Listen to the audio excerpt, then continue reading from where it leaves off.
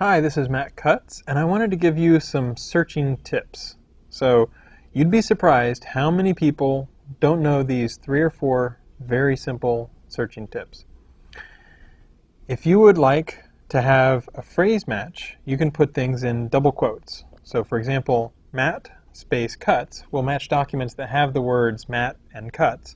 But if you put double quotes around that, so it's Matt Cutts with double quotes, it will match that exact phrase on the page. Now suppose you're interested in Matts, but not me. You might do Matt space minus Cutts, and that will say only show pages that have Matt, but don't have the word Cutts. So that can be very handy. So you know how to exclude words, you know how to require exact matches of phrases. Now, what if we do a synonym? For example, if we type in something like, you do a search for auto, we might add a synonym for car. So if you look in the snippets and you see car bolded, you're like, oh, Google's helping me out. They're trying to search for auto and car. That's kind of handy. But maybe you don't want that. In that case, put a plus right in front of auto, and then we'll only search for exactly auto.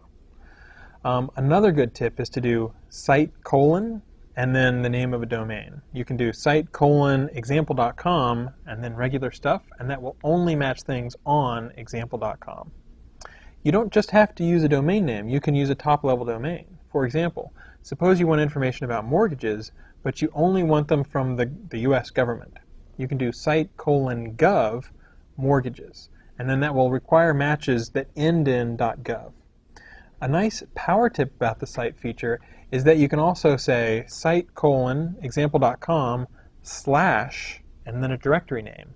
And that will mean search only in example.com / in that directory.